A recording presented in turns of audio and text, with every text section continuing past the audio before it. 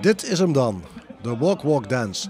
Zaterdag gepresenteerd en geopend tussen het stadskantoor en het raadhuis in Heerlen. Leuk die strepen op de grond, maar hoe werkt het? Ja, je kan piano spelen op en dan hoor je geluid gaan.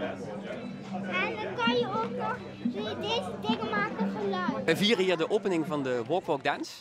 En dat is de eerste wereldwijd. Een plek in de openbare ruimte waar je niet alleen muziek kunt maken, maar ook kunt dansen. En dat kan op elk moment van de dag, gewoon met wie jij wil, hier midden in Heerlen.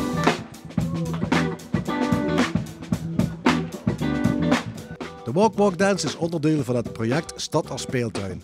Heerlen wordt volgens de gemeente steeds leuker en vrolijker. Dat is eigenlijk een reeks van ingrepen waarmee we de stad vrolijker, leuker, verrassender willen maken. Waardoor het fijner is om op straat te zijn. En dat doen we onder andere door kleine parkjes aan te leggen, door klimtoestellen neer te zetten, door in de openbare ruimte spellen neer te zetten. En vandaag dus door deze dansvloer te openen midden in de stad.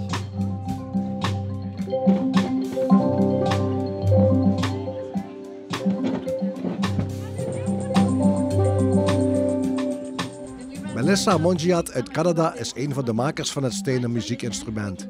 Ze is blij met de plek die de gemeente heeft uitgekozen voor de dance. It was just a wonderful idea to have this kind of installation right by a council building where important decisions are made for the collectivity and to have young people hang out there. De Walk Walk Dance wordt op verschillende plekken in de wereld aangelegd. Dat wordt dus goed verdienen voor de Canadezen. Is this music machine going to make us rich? I don't know. I just hope that we can make more.